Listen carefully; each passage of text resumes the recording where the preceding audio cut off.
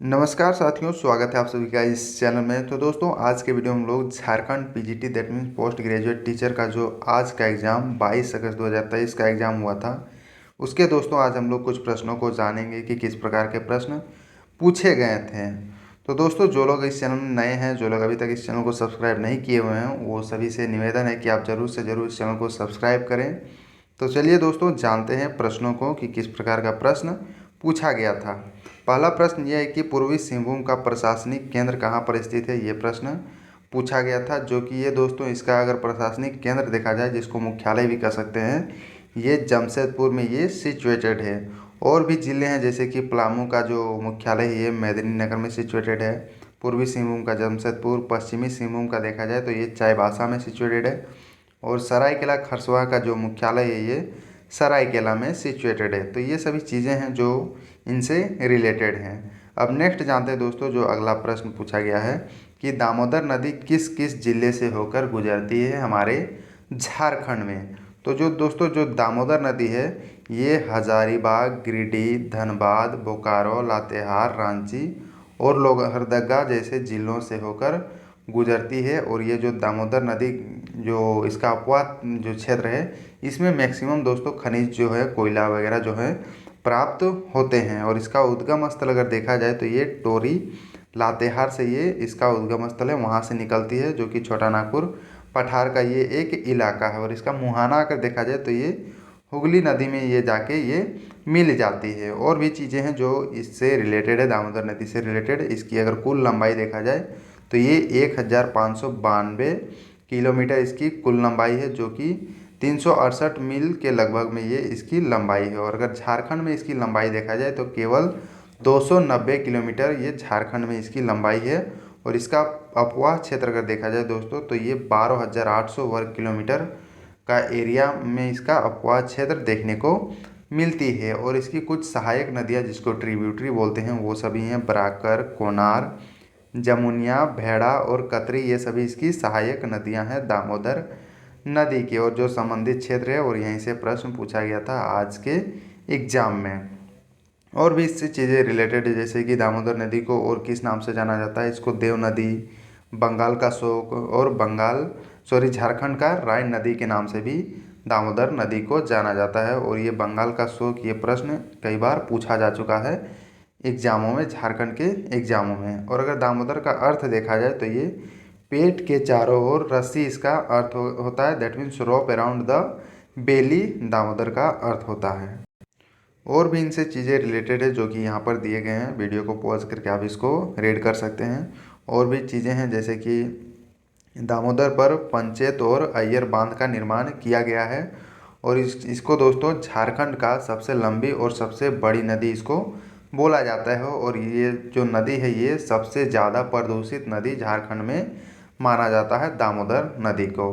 तो इतनी सारी चीज़ें हैं दोस्तों जो दामोदर नदी से रिलेटेड हैं। होप ये आप सभी को ये इन्फॉर्मेटिव लगा हो, जो कि आने वाले एग्जामों में ये यहाँ से प्रश्न बन सकते हैं। और एक नदी को मतलब ये जो अगला प्रश्न जो पूछा गया था कि कांची नदी में कौन सा झरना का निर्माण होता है, या फिर इससे रिलेटेड मतलब एक यही प्रश्न जो था, जो कि बताया गया था कि दसम फॉल से संबंधित प्रश्न पूछे गए थे। तो दोस्तों, जो दसम फॉल है, जिसको हम लोग दसम, दसोंग, दसांग, दासोम, इन सभी नामों से दसम फॉल को जाना जाता है। और ये रांची में ये सिचुएटेड है। और ये दोस्तों, ये कांची नदी पर स्थित एक झरना है, जिसकी अगर ऊंचाई देखा जाए तो 44 मीटर इसकी ऊंचाई है। अगर फीट में देखा जाए तो 144 फीट इसकी ऊंचाई है दसम फॉल की। और दसम का अगर मुंडारी भाषा में इसका अगर अर्थ अगर देखा जाए तो ये पानी का जमाव इसका अर्थ होता है मुंडारी भाषा में। तो ये दोस्तों दसम फॉल से रिलेटेड जो प्रश्न पूछे गए थे। एक और फॉल के बारे में जान लेते हैं, जोन्हा, या फिर जिसको गौतम धारा जलप्रपात बोला जाता है, जो कि ये भी रांची में सिचुएटेड है। और ये दोस्तों, ये राढ़ू नदी पर ये स्थित एक जलप्रपात है। और इसकी ऊंचाई अगर देखा जाए तो ये 43 मीटर या फिर 141 फीट इसकी ऊंचाई है। और इसको गौतम धारा क्यों बोला जाता है, क्योंकि ऐसा मान्यता है कि गौतम बुद्ध जी के द्वारा इस जलप्रपात में स्नान किया गया था, इसीलिए इसका नाम गौतम धारा जलप्रपात रखा गया है। और यह जो जलप्रपात है ये एक लटकती हुई घाटी, जिसको हैंगिंग वैली भी बोला जाता है, उसका उदाहरण ये पेश करती है। तो ये ध्यान में रखें, जो गौतम धारा जलप्रपात है, जिसको जोरहा जलप्रपात भी बोला जाता है। अब नेक्स्ट जानते हैं दोस्तों अगला प्रश्न क्या है, जो प्रथम पंचवर्षीय योजना से ये प्रश्न पूछा गया था, जो कि इसका उद्देश्य क्या था, ये प्रश्न पूछा गया था। तो दोस्तों जो प्रथम पंचवर्षीय योजना जो लाया गया था, उसमें लाया गया था कि शुरू बार हमारा देश आज़ाद हुआ था, तो मैक्सिमम देखा गया था कि यहाँ पर खाने पीने के लिए लोगों के पास ज़्यादा चीज़ें नहीं थी। तो इसीलिए जो प्रथम पंचवर्षीय योजना लाया गया था, जो कि मेनली ये कृषि पे ये फोकस किया गया था, मतलब कृषि उत्पादन पे ये बेस्ड था, जो प्रथम पंचवर्षीय योजना था, जो 1951 से लेकर 1956 तक ये चला था। और ये जो पंचवर्षीय योजना जो है दोस्तों, ये रूस से लाया गया था। हमारे देश में जो प्रथम प्रधानमंत्री जी थे पंडित जवाहरलाल नेहरू, उनके द्वारा ये लाया गया था। हालांकि ये जो चीज़ें हैं दोस्तों, ये मैंने प्रत्येक वीडियो में बार बार रिपीट करके ये बताते आ रहा हूँ, और ये हर एग्ज़ाम में इससे रिलेटेड प्रश्न आते ही आ रहे हैं। तो मेरी एक रिक्वेस्ट होगी, अगर आपको एक प्रश्न अगर सही करने हों, तो ये जो चार्ट मैं ये दिया हुआ हूँ, इसको आप जैसे भी हो इसको रट लें। इसका अवधि हो गया, इसका लक्ष्य दर हो गया, और ये किस क्षेत्र पे मेनली फोकस था, इन सभी चीज़ों को आप रट लें, एक दो बार लिख लें, पढ़ लें, जैसे भी हो आप याद करके एग्ज़ाम में जाएं। अगर नेक्स्ट डे में अगर आपका एग्ज़ाम हो, या तो फिर झारखंड का कोई भी एग्ज़ाम हो, उसमें आपको यहाँ से रिलेटेड प्रश्न आपको देखने को मिलेगी। तो दोस्तों इसको बार बार हम नहीं बताएंगे, क्योंकि जो पिछले भी वीडियो हैं उसमें भी मैंने काफ़ी डिटेल में इन सभी को मैंने बता चुका हूँ। तो ये सभी चीज़ें हैं दोस्तों, जो पंचवर्षीय योजना जो है उसको हटा के नरेंद्र मोदी सरकार जी के द्वारा जो है नीति आयोग को लाया गया है, जो कि 1 जनवरी 2015 को नीति आयोग को इम्प्लीमेंट किया गया था। और जो लास्ट पंचवर्षीय योजना था, जो कि 12वीं पंचवर्षीय योजना था, जो कि 2012 से लेकर 2017 तक ये चलता, लेकिन इसको बीच में ही टर्मिनेट करके नीति आयोग को लाया गया था हमारे देश में। तो ये सभी चीज़ें हैं जो इससे रिलेटेड हैं। अब नेक्स्ट जानते हैं दोस्तों जो अगला प्रश्न है, जो कि ये हमारे भारतीय संविधान से रिलेटेड ये प्रश्न पूछा गया था, जो कि पंचायती राज व्यवस्था को किस अनुच्छेद में ये बताया गया है, मतलब किस अनुच्छेद में ये मेंशन किया गया है। अगर ऐसा देखा जाए तो अनुच्छेद जो 40 है दोस्तों, इसमें पंचायतों के गठन का निर्देश इसमें दिया गया है। जो आर्टिकल नंबर 40 जो हमारे संविधान में ये मेंशन किया हुआ है कि पंचायतों का गठन किस तरह करना है, इन सभी चीज़ों को मेंशन किया हुआ है। और भी चीज़ें हैं, जैसे कि भाग 9 में जो है इसमें शामिल किया गया है अनुच्छेद 243 से लेके अनुच्छेद 243 ओ तक पंचायती राज से रिलेटेड जो अनुच्छेद हैं उन सभी को इसमें डाला गया है। तो आपको जो ऑप्शन यहाँ पर दिखा होगा, जो क्वेश्चन के अनुसार जैसा आपको दिखा होगा, अगर आर्टिकल 40 होगा तो वो आपका करेक्ट होगा, और इनमें से कोई अगर होगा तो वो, तो हालांकि मुझे लगता है कि आर्टिकल 40 ही यहाँ पर पूछा गया था, जो कि आज का प्रश्न में जो डाला गया था। तो ये दोस्तों ये जितने भी आर्टिकल ये डाले गए थे, ये 73वें संविधान संशोधन ये 1992 में इन सभी चीज़ों को ये डाला गया था। तो ये भी ध्यान में रखें। अब नेक्स्ट जानते हैं दोस्तों अगला प्रश्न, जो कि ये कंप्यूटर से रिलेटेड, जो कि काफ़ी इजी प्रश्न इसको कह सकते हैं, और ये भी मैंने काफ़ी बार ये बता चुका हूँ कि 1 MB किसके बराबर होता है। तो दोस्तों ये 1024 किलोबाइट के बराबर होता है 1 MB, जिसको मेगाबाइट बोला जाता है। ये आपको चार्ट दिख रहा होगा, जो कि एक बिट दोस्तों ये एक बाइनरी डिजिट के बराबर होता है, जो कि 0 या फिर 1 इसको बोला जाता है। और जो 8 बिट्स होता है ये 1 बाइट, जो कि 2 निबल के बराबर होता है। और यहाँ से भी प्रश्न पूछा जा चुका है, जो लेव असिस्टेंट का एग्ज़ाम हुआ था उसमें। और दोस्तों 1024 बाइट अगर देखा जाए तो ये 1 किलोबाइट के बराबर होता है। 1024 किलोबाइट 1 MB के बराबर होता है। और 1024 MB 1 GB के बराबर होता है। 1024 GB 1 TB के बराबर होता है, टेराबाइट जिसको बोला जाता है। 1024 टेराबाइट 1 PB पेटाबाइट के बराबर होता है। 1024 पेटाबाइट 1 EB एक्साबाइट के बराबर होता है। ये सभी चीज़ें दोस्तों आप हो सके तो याद कर लो, आने वाले एग्जाम में यहीं से प्रश्न आपको देखने को मिलेंगे। अब नेक्स्ट जानते हैं दोस्तों जो अगला प्रश्न है, घूमर किस राज्य का, किस जनजाति का ये लोक नृत्य है। तो दोस्तों जो घूमर है ये राजस्थान राज्य का ये एक लोक नृत्य है, जो कि वहाँ के जो भील जनजाति के जो लोग हैं उन लोगों का ये एक नृत्य है। हालांकि ये अब वो राजस्थान का ये एक लोक नृत्य बन चुका है, जो कि वहाँ के सभी लोगों के द्वारा ये नृत्य किया जाता है। तो ये ध्यान में रखें। और इस नाच में मुख्यतः दोस्तों महिलाएं घूंघट लगाकर और एक घुमेरदार पोशाक जिसे घाघरा कहते हैं ये पहनकर ये नृत्य करती है, जिसको घूमर बोला जाता है। और ये राजस्थान का लोक नृत्य है। अब नेक्स्ट जानते हैं दोस्तों अगला प्रश्न, जो कि ये भी भारतीय संविधान से रिलेटेड ये प्रश्न पूछा गया था, जो कि उसमें आपको ऑप्शन दिया होगा, उसमें छांटने के लिए बोला गया था कि कौन सा इसमें जो है, जो कि 8वीं अनुसूची में इन भाषाओं को मतलब डाला गया है।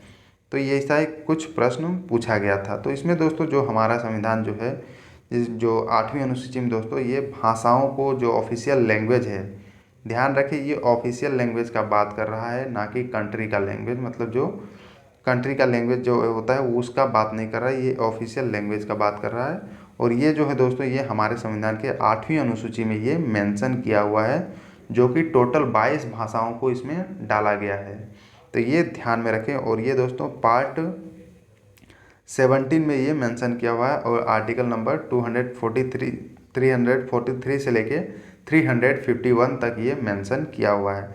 और इसमें जो भाषाएं हैं वो अगर देखा जाए तो असमीज, बंगाली, गुजराती, हिंदी, कन्नड़, कश्मीरी, कोंकणी, मलयालम, मणिपुर, मैथिली, मराठी, नेपाली, उड़िया, पंजाबी, संस्कृत, सिंधी, तमिल, तेलुगु, उर्दू, बोडो, संथाली, मैथिली और डोगरी, ये सभी टोटल 22 भाषाएं दोस्तों जो कि हमारे संविधान में ये डाले गए हैं। हालांकि जो दोस्तों पहले जो था, पहले 14 भाषाएं थे, बाद में 8 भाषाओं को ऐड करके और 22 भाषाएं अभी हमारे संविधान में प्रेजेंट में 8th शेड्यूल में मेंशन किया हुआ है। तो इन सभी चीज़ें हैं दोस्तों जो यहाँ से मतलब प्रश्न पूछा गया था। वहाँ पर 4 को ऑप्शन दिए गए होंगे जहाँ पर आपको छांटना होगा इनमें से कौन जो है दोस्तों नहीं ही मेंशन किया हुआ हमारे 8th शेड्यूल में। तो वो यहाँ से आप छांट सकते हैं कि इनमें से कौन सी भाषा जो है वो वहाँ पर नहीं थी। अब नेक्स्ट जानते हैं दोस्तों, जो अगला प्रश्न है कि ये हिंदी से प्रश्न है कि अनिल का प्रयोज्य शब्द क्या होगा। तो इसमें जो इसका प्रयोज्य शब्द जो होते हैं ये पवन, वायु, समीर, वात, मरुत, ये सभी दोस्तों अनिल का प्रयोज्य शब्द है। इनमें से कोई एक आपको ऑप्शन में देखने को मिला होगा, तो वही उसका करेक्ट आंसर होगा। अगला प्रश्न है पंचसर में कौन सा समास है। तो दोस्तों इसमें बहुव्रीहि समास है। हालांकि इसमें थोड़ा सा मेरे को कन्फ्यूजन था, कहीं ये द्वंद्व समास का ये उदाहरण तो नहीं है, लेकिन मैंने कुछ रिसर्च किया तो उसमें पता चला कि ये बहुव्रीहि समास का ये उदाहरण है। जो ये पंचसर एक वर्ड है, अगर इसका समास विग्रह किया जाए तो वह जिसके 5 मतलब 5 फूलों के सर हैं, जिसको कामदेव बोला जाता है, उसी को बोला जाता है पंचसर बोला जाता है। तो ये बहुव्रीहि समास का ये एक उदाहरण है दोस्तों। अगर इसका डेफिनेशन देखा जाए तो यदि किसी सामासिक पद में प्रथम, प्रयुक्त प्रथम एवं द्वितीय दोनों पद अपना मूल अर्थ खोकर अन्य अर्थ प्रकट करने लगे तो उसे क्या बोला जाता है, बहुव्रीहि समास बोला जाता है। तो ये ध्यान में रखें। हालांकि काफ़ी एग्जामों में द्वंद्व समास से प्रश्न भी डाले गए थे। तो ये सभी चीज़ें हैं दोस्तों जो समास से रिलेटेड प्रश्न डाले जा रहे हैं। तो आप 1-2 बार जरूर समास को पढ़ के जाएं, क्योंकि वहाँ से आपको 1-2 प्रश्न एकदम कंफर्म है कि पूछा ही जा रहा है।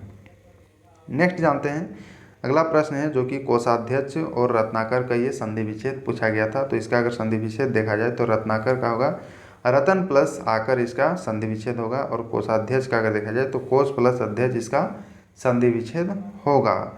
जो कि ये संधि विच्छेद से रिलेटेड 2 प्रश्न आज के एग्जाम में पूछे गए थे।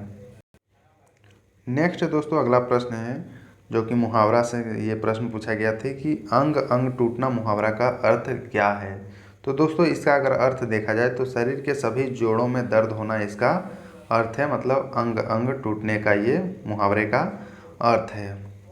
तो ये था दोस्तों जो कुछ प्रश्न जो है दोस्तों प्राप्त हुए थे मुझे, जो कैंडिडेट एग्ज़ाम दे के आया हुआ था। हालांकि आज जो एग्ज़ाम था वो पेपर 2 जो है, वो जिन लोगों का हिंदी सब्जेक्ट था उन लोगों का आज एग्ज़ाम था। तो उन्हीं कैंडिडेट से ये प्रश्न प्राप्त हुआ है। हालांकि बहुत कोई कहते हैं कि बहुत कम प्रश्न मिलते हैं। हालांकि दोस्तों जो लोग एग्ज़ाम दे के आते हैं उन लोगों को ही याद नहीं रहता है कि कितना प्रश्न जो है दोस्तों वो पूछा गया है, क्योंकि कुछ जो प्रश्न है उन सभी का लेवल हाई रहता है, जिसके कारण वो एग्जैक्ट प्रश्न वो पता नहीं होता है। तो ये था दोस्तों जो प्रश्न प्राप्त हुए थे। होप आपको अच्छा लगा होगा। तो दोस्तों इस चैनल में आपको और भी जो प्रश्न पूछे गए थे दोस्तों, जैसे कि झारखंड सरकार की योजना से रिलेटेड कुछ प्रश्न पूछा गया था, जो कि एग्जैक्ट प्रश्न नहीं प्राप्त होने के कारण इसको बस ऐसे ही छोड़ दिया गया है। तो दोस्तों इस चैनल में आपको बहुत कुछ है दोस्तों जो कि देखने को मिलेंगे, जो कि एग्ज़ाम पर्सपेक्टिव से वो काफ़ी इम्पोर्टेंट है। जो हालांकि मैंने जो झारखंड जीके जीएस का ये टोटल 5 मॉडल सेट करवाया गया है, उसमें काफ़ी प्रश्न दोस्तों देखने को मिले हैं, और जो ये लैब असिस्टेंट और पीजीटी का जो 10 मॉडल सेट करवाया गया है, इसमें भी काफ़ी प्रश्न देखने को मिले हैं जो कि रिलेटेड इंटर रिलेटेड प्रश्न हैं। जो लोग ये 10 मॉडल सेट किए होंगे उन सभी के लिए पेपर 1 क्वालिफाई करना काफ़ी ईजी लग रहा होगा। तो दोस्तों वीडियो को ज़्यादा से ज़्यादा लाइक करें, शेयर करें अपने दोस्तों के बीच जिन लोगों का आने वाले दिनों में एग्ज़ाम है, ताकि उन लोगों को भी कुछ मदद मिल जाए इस वीडियो के थ्रू। और जो लोग इस चैनल में नए हैं दोस्तों, वो ज़रूर से ज़रूर इस चैनल को सब्सक्राइब करके बेल आइकन जरूर दबाएं, ताकि आपको रेगुलर अपडेट मिलती रहे इस चैनल के थ्रू। और जिन लोगों को इसकी PDF की ज़रूरत हो दोस्तों रीड करने के लिए, वो आप टेलीग्राम ग्रुप ज्वाइन करें, वहाँ पर आपको इसकी PDF मिल जाएगी। तो थैंक यू दोस्तों, मिलते हैं नेक्स्ट वीडियो में। तब तक बने रहें, पढ़ते रहें और अच्छे मार्क्स एग्ज़ाम क्वालिफाई करते रहें।